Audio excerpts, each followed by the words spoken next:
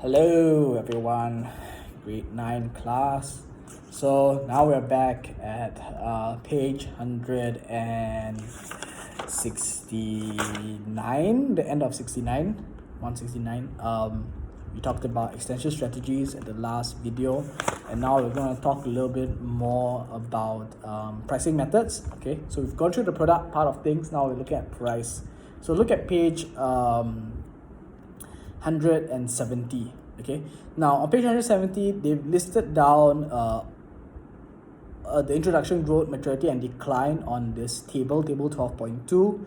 We're looking at the influence different stages of the product life cycle can have on marketing decisions. It's good to read through this, understand what this means. Okay, and now we're going to talk a little bit more about price. Okay, now the price of a product helps you decide whether to buy it or not. This is very true for a lot of people. The last time you probably walked into a grocery store, into 7-Eleven, you probably would have bought something based off your liking for the product, or it could also have been based off the price of the product. Sometimes I walk into a store and I prefer Coke over Pepsi any day. But if I were to walk into a store and see Coke at 3 ringgit and Pepsi at 1 ringgit, the tendency for me to take a Pepsi will be a lot higher because of the influence of the price of the product. Now, price is a very important part of the marketing mix because it's often the most important influence on a customer's demand for a product. You must understand the law of demand: high price, low demand; low price, high demand. That's why when you have sales, you see lots of people gathering around. Low price, high demand. Okay. That's why we see a lot of Myvies on the road. We see a lot of, well, now maybe you don't see a lot of Myvies on the road, but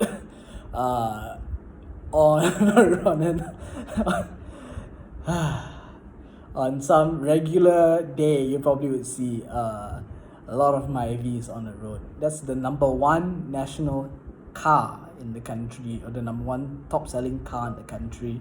That's why you see it everywhere, because of its competitive price and reliability for a lot of people. All right, interesting, because I don't have a Myvi, but I do know many people who drive this car. But price is a very huge part, right? Plays a huge part. That's why I spoke to you guys before. The most recent information that I got at the last class, the physical class that we had, we were looking at the sales of devices. For example, the iPhones. The top selling iPhone in the world for the year 2019 was the iPhone XR. Even though the iPhone XS is actually the flagship device, but the XR outsold the XS. And then you would have seen that in the year early 2020, right, or late 2019, when the iPhone 11 Pro was released and the iPhone 11 was released, the iPhone 11 was in fact the best-selling iPhone versus the 11 Pro, even though the 11 Pro is the flagship. Why is this so? It's because the iPhone 11 and the iPhone XR fit into that sweet spot, which is that 3,000 plus ringgit spot, which majority of consumers are willing to spend on a device. Most people may not be willing to spend that 5,000 for a device. So this is interesting because companies like Apple understand that. Even companies like Samsung understand that majority of people won't buy products like the Fold because it's just way too expensive. It's a niche market. But we understand that by using a slightly lower price point, we actually are able to penetrate the mass market. Okay, so the market for most goods and services is very competitive. Consumers often base their buying decisions in part on the price of the product. You ask your mom this question, or ask whoever it is who buys groceries in your home. When they go to the grocery store, a lot of times to pick a product from the aisle, usually based off price. You can probably ask whoever it is who buys groceries in your home why they do this. They probably say, I don't know, it's probably because it's cheaper. I'll save more money if I buy the item. So sometimes price plays a very, very huge role. Now we have different pricing strategies, pricing methods. You can look at this on page 171. We've got 5 methods. The first one is market skimming. Then we have penetration pricing, cost plus pricing, competitive pricing, and finally promotional pricing. Okay, I'm going to go through each one of these very quickly. Market skimming is basically when you set a high price for a product and then you lower down the price of that product over time. Okay, this is commonly used with technological products. For example, phones. They start at a high price point, then throughout the year, they reduce in price. The reason why they reduce in price is because there are other competitors who have released newer products, and you've got to compete with those competitors. So the price will get lower and lower over time, and there are more products that are released as well. All right, so that's price skimming. It starts at a high price and reduces over time. The next one is penetration pricing. Penetration pricing is entering into the market at a low price point. Okay, an example of this is this. Okay, this is a bottle of Coke. Okay, and the price point is 1 ringgit. It's a very, very interesting price point. It is a 330 milliliter bottle of Coke. Majority of consumers will reach out for this versus a 500 liter 2 ringgit something bottle of Coke. Why do they do this? It's because 1 ringgit is something that a lot of people have. They don't need to deal with change. They don't need to deal with additional funds, but that 1 ringgit can get you one bottle, and a lot of people would be willing to spend that kind of money for something like this. So this is actually a product that's introduced into the market. This is a way to get people to buy their product, all right, by using penetration pricing.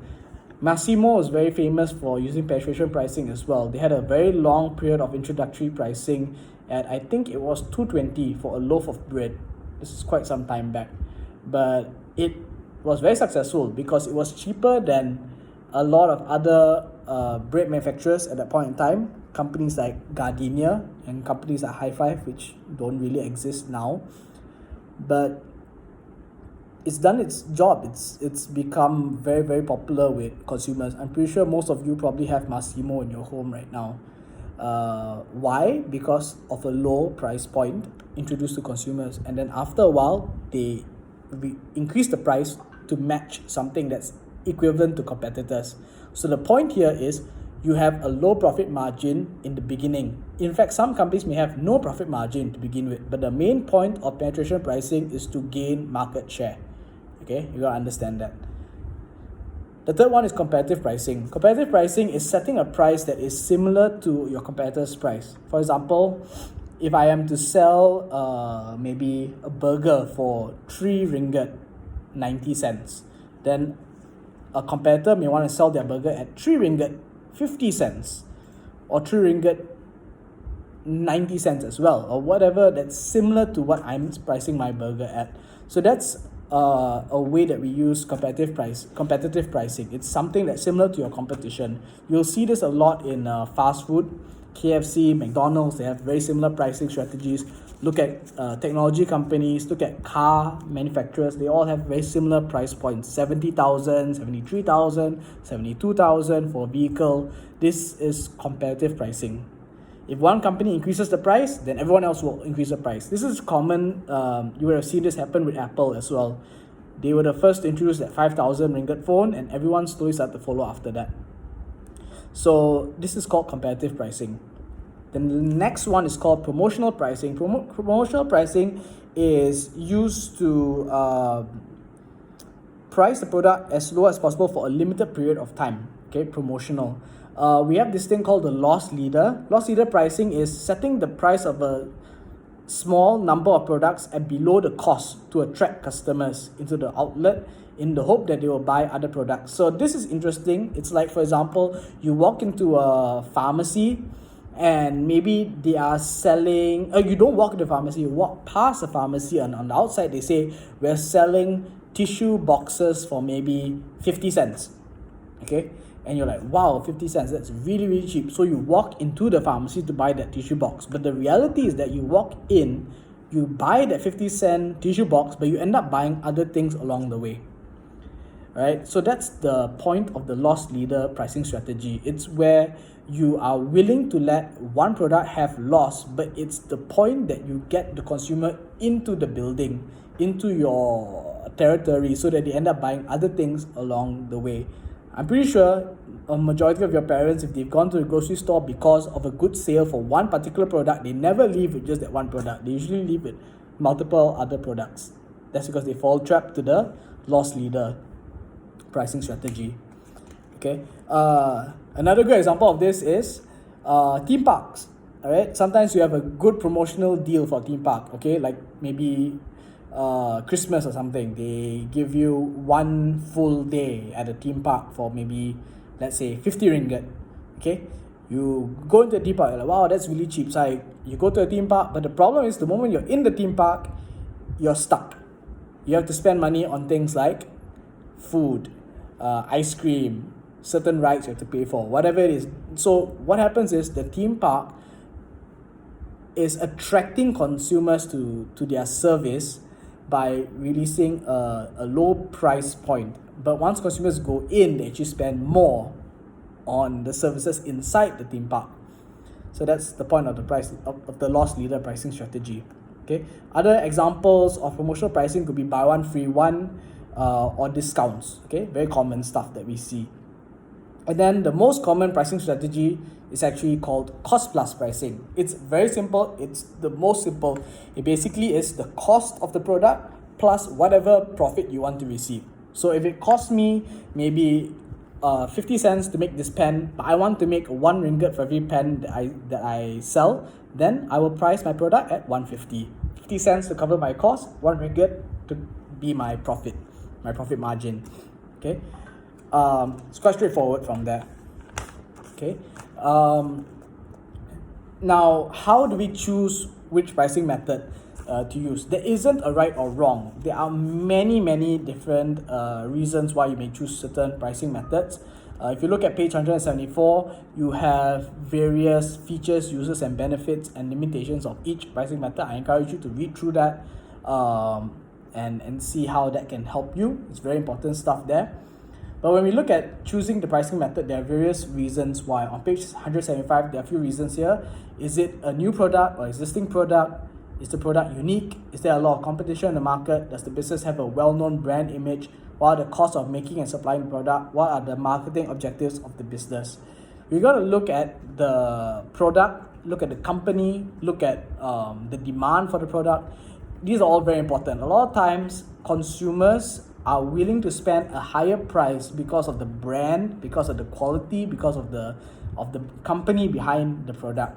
Just because you have a high price doesn't mean it is a quality product, but quality products are usually associated with higher prices.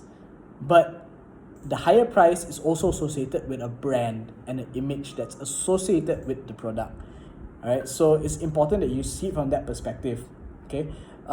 Niche products are usually more expensive because not everyone uses them, or it's limited, or it's special edition, for example. Okay.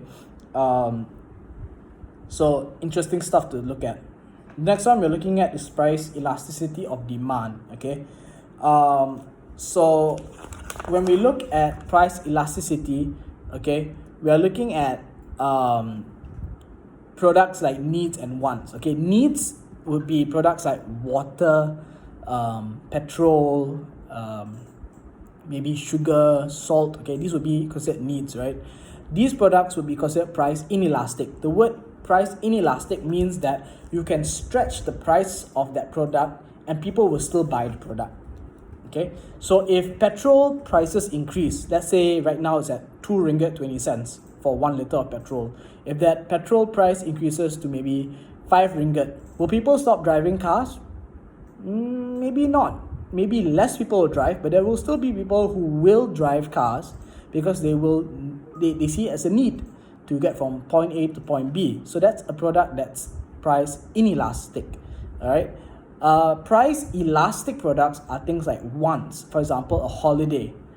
So let's say you go to a theme park, okay, and it's maybe 50 ringgit entrance ticket to the theme park, and you say, hey, that's a price that I'm willing to pay.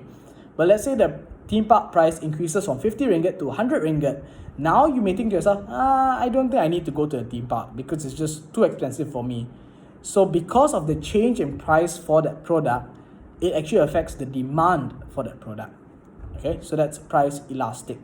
It's important that you understand the difference between price elastic and price inelastic products. Very important stuff. It does show up in the exam. Okay, so we will just stop here at price elasticity of demand. what I would want you to do is read page 176 and read page 177 about price elasticity. Okay, and that is basically the end of this unit. We've already completed unit 12. Okay, hopefully if we're able to meet again in person, we would have a revision test for unit number 12. So do revision on this. If you have any questions, let me know and I'll do my best to help you. Okay, hopefully I'll see you again soon. Okay, bye bye.